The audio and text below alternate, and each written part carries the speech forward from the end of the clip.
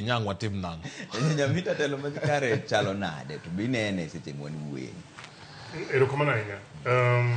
Telo makare en telo ma dholuo to koro ok pek ahinya nikech en jok siep nigi dholuo madongo. But telo makare en makelo lokruok ne oganda. Koyieri an anyalo wuoyo koro kaka ng'ama oyier. Jogo moyieri ka nigi geno nitiere lokruok mane singo negi. Be nitiere kaka inyalo kelo lokruok. Telo makare en telo mawacho adieri makata ji ok ohere to samoro inyalo wacho adieri. Telo makare en telo maketo jogo morito mbele moloyo en owuon. Mano e telo makare. To kipenja sani, then telo makare bedo eni imipime ratil gi jogo mokete telo. Kibiro e kambi kama untiere ni, wanyalo mana ng'iyo kaka Royal Media nitie, tinyalo ng'iyo compare gi KBC, tichaki compare gi Media House machielo. Koro ing'iyo ni to mane madhi maber. Kwaneno ka Royal Media dhi malo kaka Ramogi koro sani ni malo matis, to wanya wacho ni nyaka bed ni Ramogi dhi maber nikech telo margi makare nitiere maber. To samoro kidonje ei Ramogi ka, tipenjo Trevor, to Trevor bro koni ni wadhi maber lakini de meda gimoro matin. Koro wadhi maber sahi. De wadhi maber. Koro luore gi kama intiere. Ke samoro ka in e ot, tinyalo neno ni mama wuoyi ma samoro tedo chiemo mamit kapok ibilo ma oko kocha. Koro ka intiere kata nyawacho ni deni across kocha cha nyabedo maber moloyo koni. Koro telo makare luore bende gi jok ma itelo negi. Mano kiwuoyo e weche mag kambi gi. Asewuoye mag telo mantiere mag jopiny. Telo makare mar sirikal kwa wuoye bad migao michako e adek mawadwa ni owacho mibiro nyaka county en telo maloko ngima mar oganda. Anapani mano telo makare. To machungi adieri kata bedo ni samoro adieri no lit. To bisenene sani nikech gini kata seche mapok ochako go mbaka mane ni wago mbaka sani ni aneno ka jomoko ywak ni ma ndi bura mar jo UDA. In mokwongo ine UDA lera ne wacho. Ana ja ODM moyier nyadiriyo gi ODM. Kata sani an ODM member mar parliament ma Oriri constituency. To wach mar UDA mawuok ni nudhi ka president. Koro ing'eni mano luwore gi kaka ji okete. Nikech kopo ni wuoyo gi president loko ng'ato bedo ja UDA, to kare onge ng'ama ok ja UDA Kenya ka. Kochakore kata nyaka gi party leader mara. Ji te oseromo kode, governors wate, wajumbe te, nikech president nobiro nyaka Nyanza mo waromo kode gi wajumbe te. Koro karomo kode maloko ng'ato, to kare waduto wate.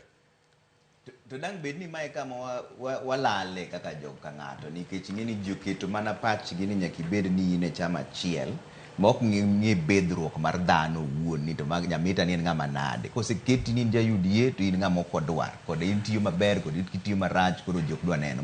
Bin mane kama koro walale. Anaparo ni gimoningo oganda ong'e sani. Yiero nyo watieko 22 warito 27. E kinde ka en tich. Ng'ato ka ng'ato ong'i kaluwore gi tich ma otimo. Ing'e ni ng'ato kaka an awuon, for example, anatiye National Assembly. National Assembly watimo nonro ne sirikal mamalo.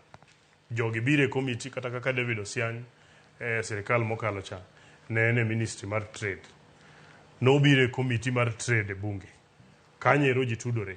Ka ng'ato dwa luwo gire moro matis, iyudo ka mjumbe ne ae ofis, nyalo dhi ofis waziri, kata CAS, kata waziri, kata PS, mar ministry no. To mcheni, ntie program na moro mane rengo gika, to dhigi koni.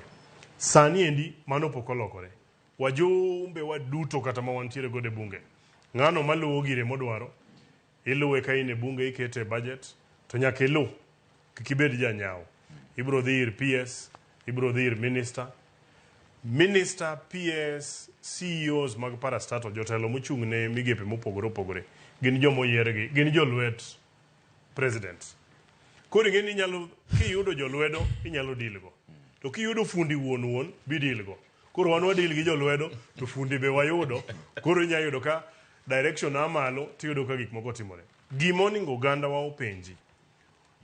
Kudhi go mbaka gi PS, kidhi go mbaka gi minister, kidhi go mbaka gi president, ang'o migo kode mbaka, ang'o mikelo ne ji. Mano ni e debate monego wabed godo. Kaka an kipenja, isewuoyo gi minister, waseneni kineno e romo gi president. Ang'o mibiro go, kata ang'o igeno ni nyalo biro korwa koni. Tok nyowa wanyal bedo niya, nikech kata kiwacho wach president aneno ka ng'eni kero oselemo wadereyo karwa. Kano biro mokwongo ji teno rengo. Mar ariyo naneno ka koro kata nyaka governor gini mabe jo ODM bobiro.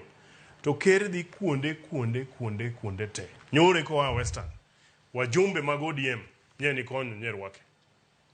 Ka en Kisii wajumbe rwake. Ka en Mombasa wajumbe rwake. Ko biro Nyanza mjumbe korwake uwi maji ok ginene. Koro an wapenjo oganda wania. Ang'o momiyo ko dhi kata Busia tirwake gi wajumbe go to be gipenjo mana gigegi. Wambe ko biro karwa wapenjo mana gik ma affect wan. Nikech mane avenue ma wantiere godo mondo wapenje gigo. Mopogore gi ma wantiere godo. Koro telo makare en maketo dwaro mar jopiny mbele to gitiyo matek ni singo miketo nyaka ichopi. Sema, yeye monda lero